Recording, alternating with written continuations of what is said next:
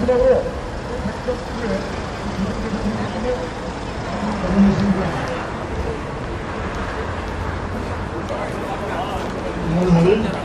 제가 8월 18일 1976년 8월 18일 판문점 도끼 망유 사건 현장에 있었던 일과 이어서 이루어진 보복작전 오퍼레이션 폴 버년의 현장에서 있었던 역사를 말씀드리겠습니다.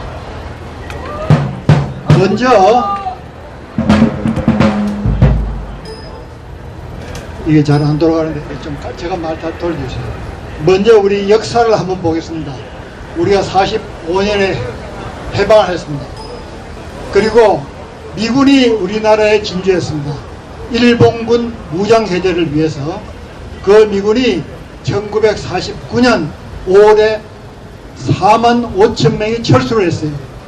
군사고문단 500명만 남았습니다. 그리고 1950년 1월에는 미국의 국무장관 애치선이 애치선 라인이라는 것을 발표를 했어요.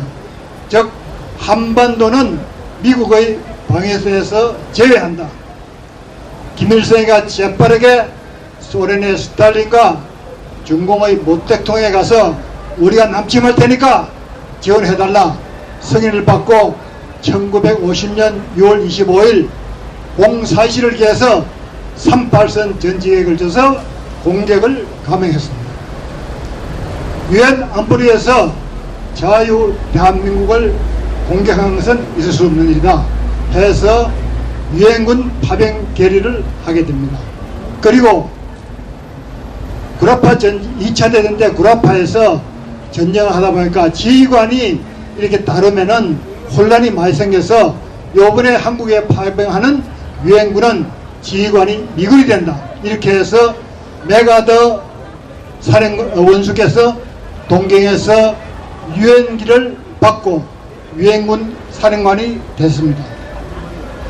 이 전쟁은 3년간 계속되면서 중국군이 개입도 하다가 1953년 7월 27일 정년협정을 하면서 총성이 멈추었습니다. 정년협정에 따라서 앞으로의 군사회담을 위해서 지금의 JSA 공동경비구역을 만들었습니다. 이게 바로 일종의 중립지역입니다. 그런데 우리가 시간이 지나서 정전협정 후 23년인 1976년도의 상황을 한번 살펴보면은 그 앞에 말씀하신 선생님 다른 사람 방해되니까 조금 다른 데 가서 좀 말씀해 주시면 좋겠습니다. 저는 이 사건이 너무나 슬프기 때문에 어디 가서 이야기를 잘 하지 않습니다. 방송국에도 수없는 사람들이 저보고 인터뷰를 해왔지만 저는 이 이야기를 하지 않았습니다. 오늘 특별히 바이든 대통령도 오시고 일파만파의 회장님이 수고를 하시기 때문에 우리 사랑하는 후배께서 제가 특별히 말씀을 기회니까 듣기 싫은 분들은 다른 데로 좀 옮겨주시기 바랍니다.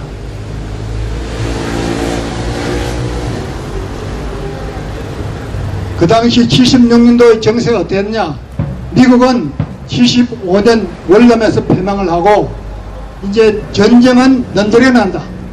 그래서 염전 사상이 팽배했고 그 당시 민주당 대통령 후보로 나왔던 카터는 자기가 대통령이 되면 주한미 지상군을 완전히 철수하겠다. 지상군 철수하면은 해군은 기적소리 한번 울리면 다 떠납니다. 공군은 이륙하는 배기 쌩소리 한번 다 끝납니다. 그러면 한반도에 미군이 없어지는 겁니다. 북한은 1975년 월명이 막강한 미군을 상대로 해가지고 승리한 걸 보니까 야 이거 기회가 왔다. 이제 우리가 남침을 해야 되겠다. 다시 한번 남침을 해야 되겠다. 이렇게 생각한 거죠. 그런데 아무리 생각해도 미군이 부담이 돼요. 그래서 이 미군을 내보내야 되겠다. 그래서 국지적인 도발을 계속합니다. 한 예로 1975년 6월 30일 판문점에서 회담을 하는데 이 JSA 부대 부지휘관 핸드선 소령을 공격해가지고 목배가 부러지고 그런 일이 생겼는데, 그때도 미군이 전쟁을 안 하기 위해서 참고 그냥 넘어갔습니다. 8.18 도끼 많은 사건도 이러한 미군을 내보내기 위한 이러한 자기들의 목적의 연장성상에 있다, 이렇게 볼 수가 있습니다.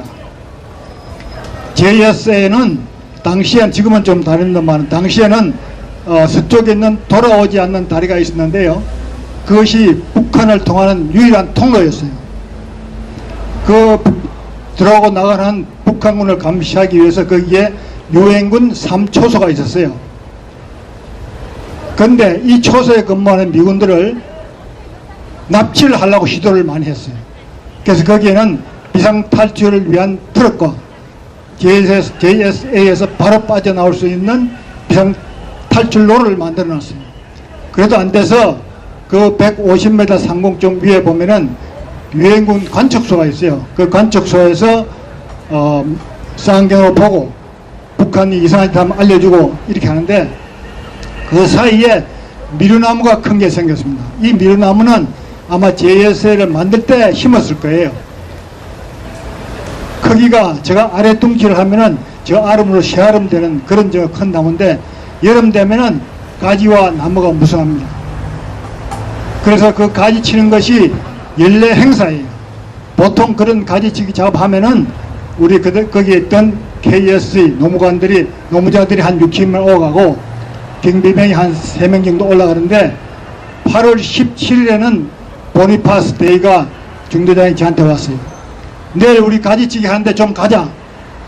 그래서 뭐 그런 일에 내가 가느냐 그랬더니, 왜 가자고 그러냐 그랬더니, 사실은 일주일 전에 시도를 한번 했어요.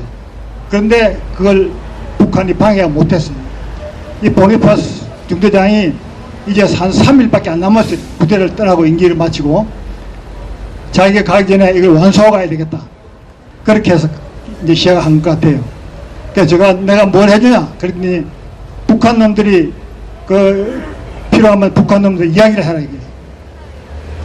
그래 이제 제가 아침에 거기 갔었는데, 우리 KSC 노무자들이 한 6명이 나무에 올라와서 가지를 치고 있고, 밑에는 미군 중대장, 미군 소대장 베렛, 그리고 한국군 3명, 그 다음 미군 한 6명, 저 이렇게 한 10여 명이 있었어요.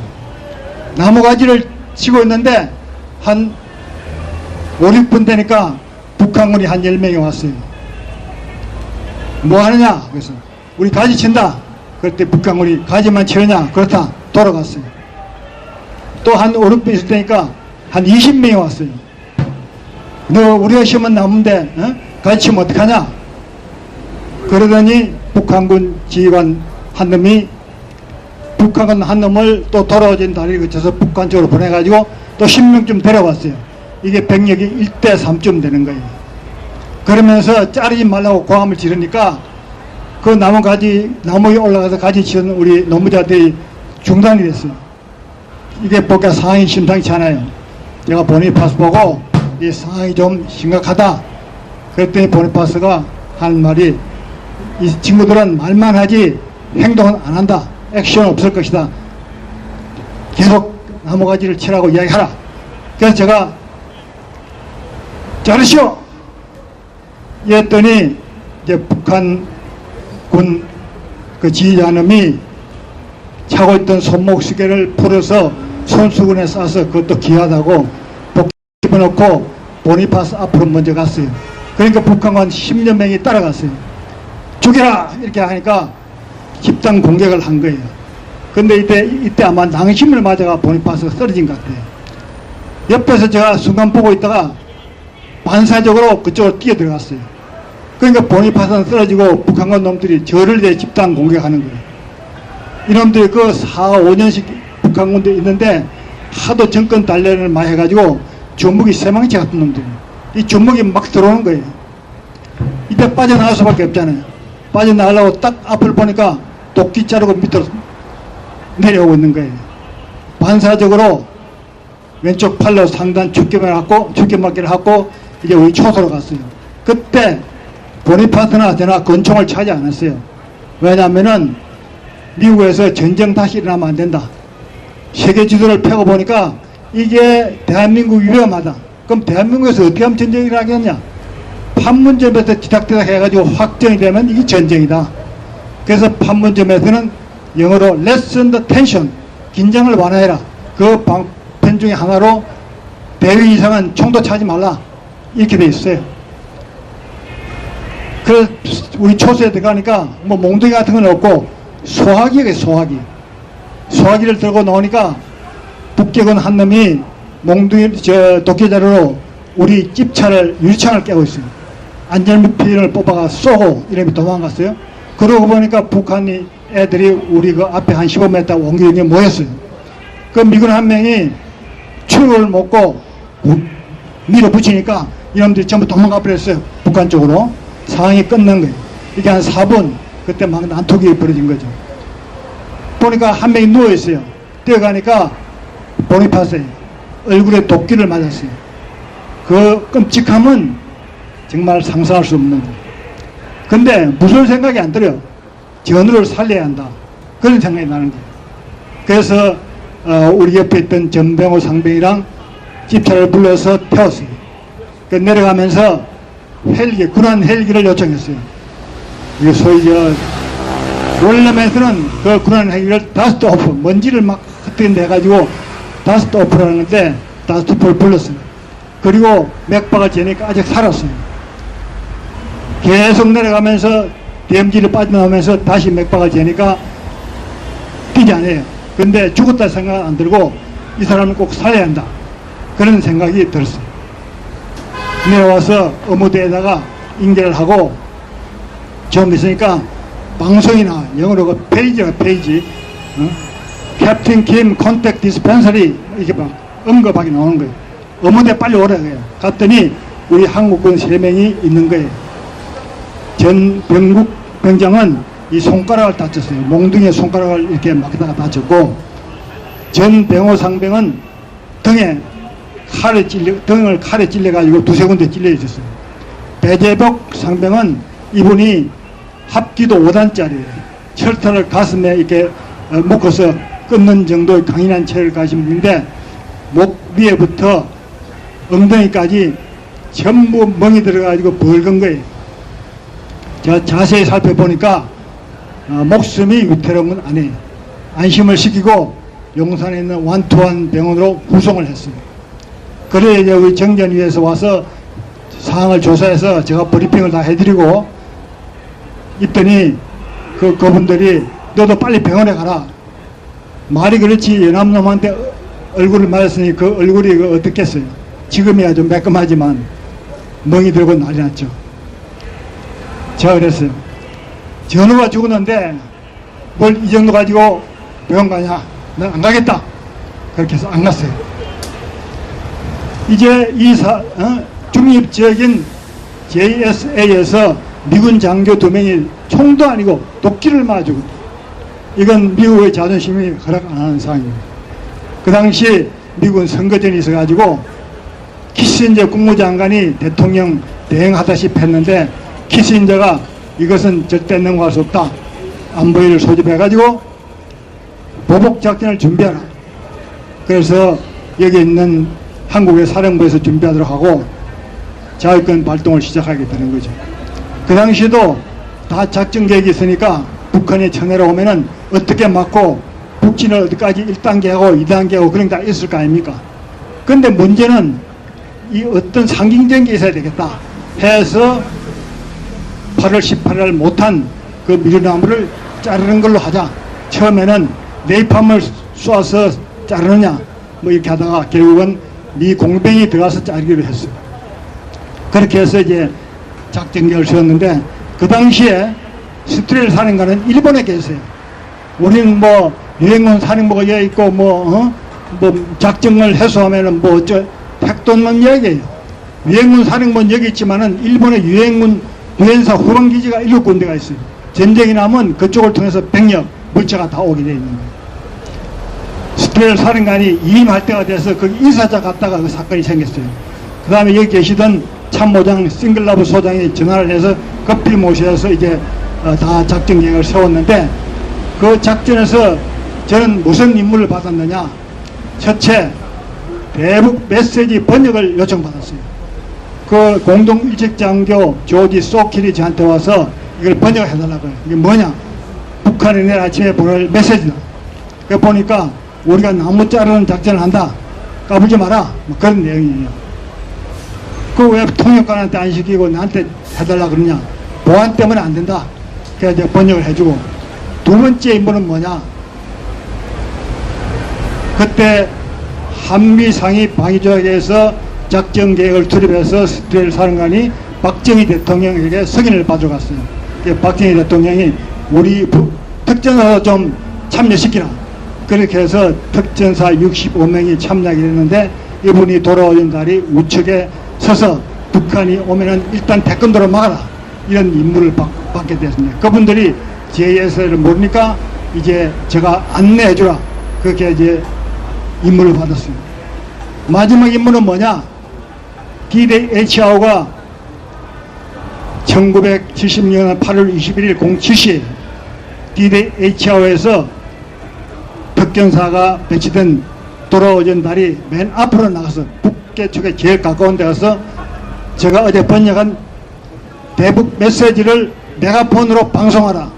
그게 제 임무예요. 그리고 이제 밤에 가만히 생각해 보니까 이거 내일 상황이 벌어지면은 나는 제 1차로 죽는구나. 유수라도 써야 되느냐. 군인이 전쟁터에서 죽으면 명예스러운 건데 무슨 유수를 쓰느냐. 그래 가만히 생각해 보니까 내가 죽으면 또 유품 정리하러 올 거 아닙니까. 그럼 방이 지저분하면 욕을 할 거 아니에요. 아, 방은 깨끗이 해야 되겠다. 방 청소를 깨끗이 하고 이제 내일 작전에 임했어요. 그래서 우리 특전사를 인솔해서 돌아와준 달에 가고 그 방송을 했어요. 북한 애들이 우왕좌왕했어요. 몰랐던 거죠.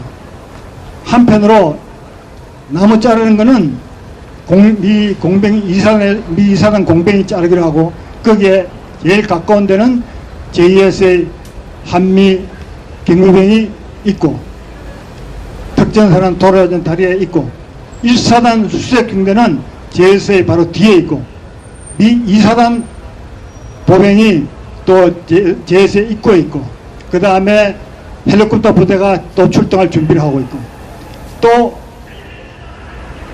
155마일 전 전선에 걸쳐서는 전북 진지에 투입이 되고 대포는 거치되고 우리 오늘 오신 동기생분들도 한 번도 그날 1군단 포병의 작전 장교로서 8인치포 육군의 제일 큰 8인치포를 거치하고 좌표까지 받은 그런 일이 있습니다. 공군에는 전투기 F-111 전폭기 그 다음에 그 위에는 또 전략 폭격기가 오고 바다에는 일본 요코스카에 근무하던 미드웨이 항공모함 전단이 동해에 떴어요. 김일성이 마음이 어떻겠어요? 이거 뭐 판문점에 뭘 보고가 올라오더니 온통 육해공 바다에서 다 떴으니까 어떻겠어요? 그래 이제 그 나무를 원래 20분이면 자르게 됐는데 그날 나무가 물이 차고 해가지고 40분 걸렸어요. 나무 자르고 이제 북한 대표단을 군사정전위 대표단을 나오게 해서 회담을 했어요. 처음에는 북한이 뭐 엉뚱한 소리를 하다가 이제 어떻게 됐어요? 보니까 김일성이가 보니까 안 되겠거든요. 그러니까 이제 김일성이가 사과를 해요. 그것도 공개적으로 못하고 창피하게 대표단이 북한 대표단이 우리 대표단 보고 옆방에 중위국 감시원을 좀 오시오. 갔더니 이제 메시지를 보냈어요. 결국 사과를 했어요. 근데 그 사과는 원래는 미 군에서는 안 받으려고 그랬어요. 키신저가 받으라. 그렇게 해서 사과를 받고 그 다음에 우리가 요청한 책임자 처벌 그 다음에 JSA 내 군사 분계선 꺾고 무장병력을 이동하지 않고 하는 등등 안전조치를 그대로 다 받아들였어요. 그리고 이제 작전이 끝났죠. 이 작전이 끝나니까 어떻게 됐어요? 북한은 남침 의지가 꺾인 거예요. 오늘까지도 남침을 못하고 있죠. 미국은 어떻게 됐어요? 카터 대통령이 싱글라브 소장을 불러서 심지어 강등과 군법의 해부, 재판 해부에까지 생각하려고 불렀는데 결국은 카트가 그 자기들을 끊고 미군이 지금까지 근무하지 않습니까? 우리나라에 2만 4천이 있죠.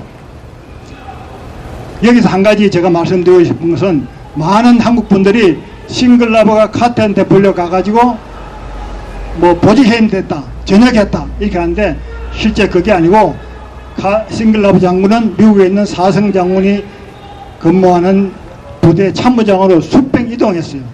미국의 장군들한테는 그 일정 자격이 되는 분들은 아나드 제너럴이라는 그런 시스템이 있어요. 명예 장군. 그것은 대통령도 함부로 처벌 못해요. 반드시 국회의 동의를 받아야 돼요. 싱글라버가 카트한테 불러간 다음에 미국 의회에서 불러가지고 많은 청문회에서 증언을 하면서 미국 의회에서 카트의 생각이 잘못된 거다. 왜? 그때 미국 장성들의 생각은 그거예요. 이게 주한미군 철수하면 에치슨 라인 끄어가지고 북한 놈들이 내려왔듯이 똑같이 내려온다. 76년에 우리가 남북전쟁하면 우리가 져요, 솔직히. 그때 우리가 약했어요, 군사력이. 이렇게 해서 일단 이것은 마무리되고 46년 전의 역사지만은 오늘까지 그대로 오고 있습니다. 저는 그 유가족을 생각하지 않습니다. 보니파스 부인은 그 당시 3살, 6살, 8살 이런 아이를 가지고 있으면서 남편이 죽고 나니까 원래 보니파스가 미국 육사에 수학 선생을 했었는데 한국 오면서 그 가족이 거기 살았는데 남편이 죽고 나니까 육사에서는 그 집 비우라, 또 미국 국방선에서는 그대로 있으라, 이런 참 어려움을 당하면서 보니까 이게 내가 입에 풀칠을 하겠는데 자식 공부를 시킬 수 없다. 이래가지고 직장을 구하고 엄청 고생을 했는데 지금 여든이 됐어요. 애들은 다 잘 자랐고 제가 쭉 교류를 해왔는데 지난 4월 달에 우리 손주가 쌍둥이가 있는데 4살이 됐어요. 그 이 보니파스에 80 되신 분이 몇 달 동안 이렇게 술을 놔가지고 재봉틀을 돌려가지고 누립을 해서 보냈어요. 그리고 편지를 보냈는데 그 편지에는 당신의 손주들 이름을 다 써서 이 손주들이 당신 손자한테 주는 것이다, 이런 눈물 어린 그 편지가 있었습니다. 그리고 그 외손주 앤드루 보니파스는 1913년에 한국에 왔어요. 제가 안내를 했는데 판문점에 가서 자기 외할아버지의 그 역사적인 사실을 보고는 눈물을 흘리는 걸 제가 봤습니다. 이분이 지금 대학 졸업하고 미군 부대에 근무하는데 아파치 부대원으로 근무하고 있어요. 작년에 한국에서 6개월 동안 근무를 했어요. 대를 잇는 이런 한국방의 수고를 하고 계십니다. 이 미군 부대에서는 그 사건이 70년 그 사건이 있은 이후에 10주년 때에 그 부대 이름을 캠프 키드역에서 캠프 보니파스로 바꿨어요. 그리고 장교 미군 식당 이름을 베레트 홀로 바꿨어요. 이분들은 그런 사건을 절대 잊지 않겠다, 그렇게 각오를 가지고 있습니다. 그리고 매년 8.18 되면은 주한미군사령관이 직접 참여해가지고 희소식을 합니다. 우리나라에서는 아쉽게도 아직 추모비 하나 없습니다. 우리 종묘하는 우리 김태복 장군께서 저희 동기생인데 이 문제를 거론해서 각계에다가 편지를 보내서 우리가 추모비를 세우자. 바이든이 왔을 때 이 추모비 제막식을 했으면 얼마나 멋있었겠습니까? 금년에 안 됐지만은 우리 국민들이 마음을 모아서 국가에서 이것은 반드시 해야 된다고 저는 생각합니다. 이 일이 알레지가 저한테 개인적으로는 생각을 내겠다는 걸 만해요. 그래서 제가 단호히 거부했어요. 이것은 민간 차원에서 할 일이 아니다. 국가에서 반드시 해야 된다, 그렇게 얘기를 했습니다.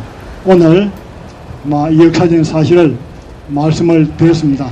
여러 가지 환경이 이렇게 해서 자세히 설명을 못 드리고 그런 부분도 있으면은 아마 이해를 하시리라 믿습니다. 오늘 제가 말씀드린 것이 여러분들이 한미동맹을 이해하는데 도움이 되셨으면 합니다. 감사합니다.